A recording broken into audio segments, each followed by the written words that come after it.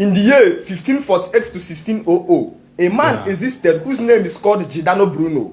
This Bruno is the first man who picked up a telescope and looked above the sky, and then he discovered that another life existed, a whole different world existed beyond this earth that we are living on.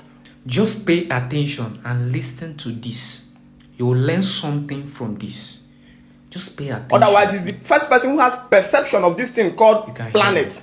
Because before this time, the Catholic people have believed and mentored the whole world to believe that earth is the only thing in existence. And therefore, above the earth or in the cloud lies an existence called heaven. And whoever that dies ascend that place to go and meet with the Lord. So now, Bruno is the first man. The man existed from 1548 to 1600. He was the first man who picked up a telescope, looked to the sky, and saw that there is another world above this cloud that we are looking at. That this world, this cloud is not hosting any heaven or any hell. And so the man went and began to preach this thing to people. He even went as far as to go and show it to the Pope. So when the Pope collected the telescope from him, looked through it, and above the sky, the Pope began to see that this man is actually right.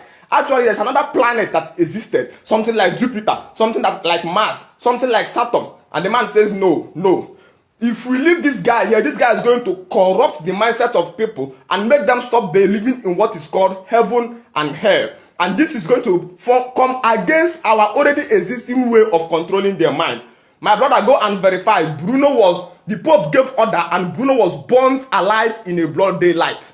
As I'm talking to you, I will show you proof with evidence. As I'm just talking to you, I will show you screenshot of this. You can go and Google about it in Google. Bruno Giordano of Italy. He was burnt alive in a broad daylight, the first man to look above the sky and saw that there is another planet that existed, therefore making people to believe that heaven is not what is resident above the cloud.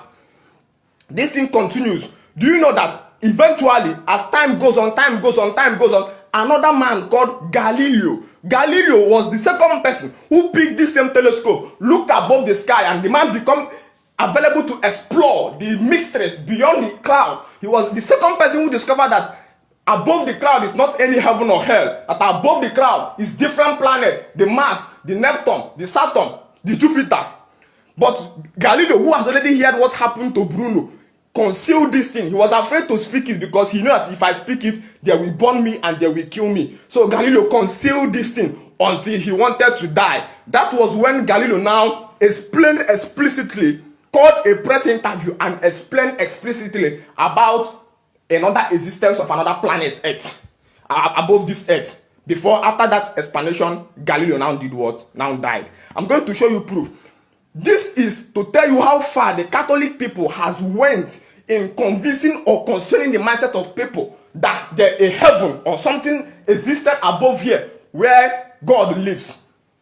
Now, as a child, when we are growing up, we all believe that above the sky is where God lives. And beneath our legs is where Satan lives. That's why those days, if you go to Sunday school, they will tell us to start singing Zogbo Ekwensu Noko, Zogbo Ya Nepele, Ekwensu Nagahali, Ikechukwemeli. We'll be zogboing Ekwensu with our legs, thinking that Ekwensu is living beneath the sky, beneath the ground. And our people believe that God is living somewhere in the sky. That's why it's up there. Obinigwe Ogodiane Megene Aponana. But now, this man is the first person to prostrate this rule, saying that there is no heaven anywhere in the sky.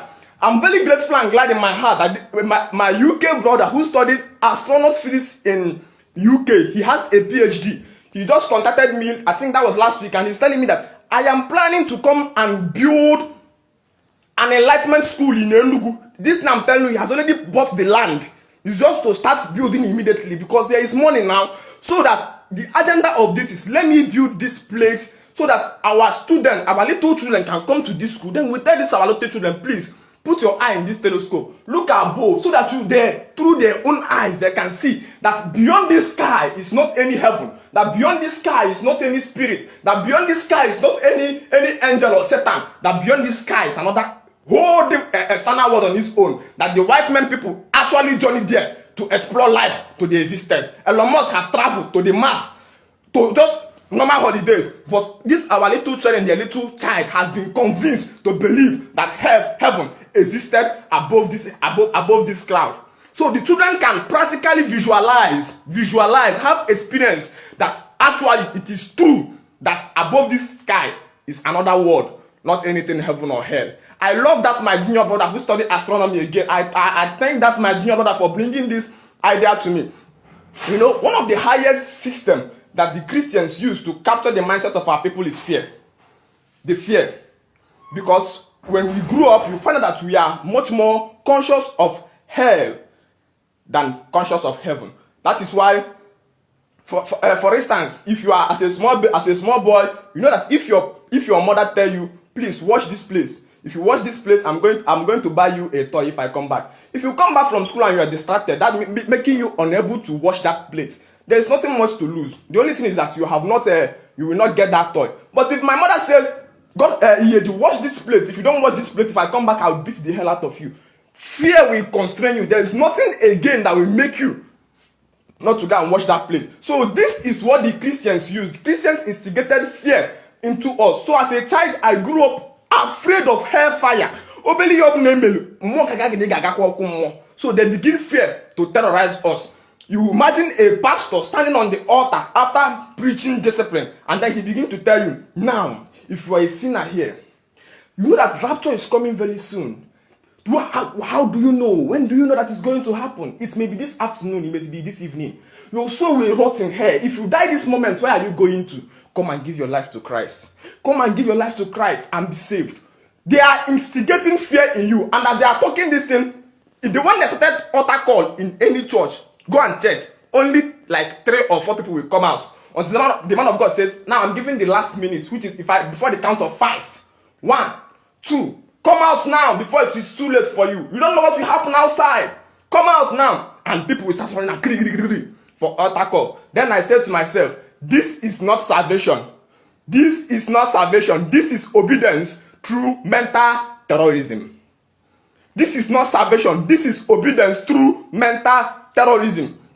The child that is raised to be completely afraid of hellfire, and therefore he becomes afraid of hellfire and start doing following the ways of Christians, he is not receiving salvation. He is under obedience through mental what? Terrorism.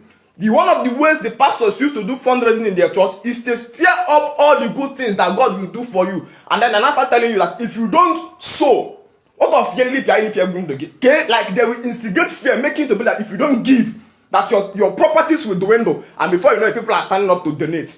This is not giving. This is obedience through mental terrorism. So I'm standing up this morning to stir up, remove every fear in your heart. That there is no God anywhere that will attack anything. That God that will kill you because you don't believe in Jesus but cannot save Gaza is a foolish God. Do you know how many people I've lost in my lineage?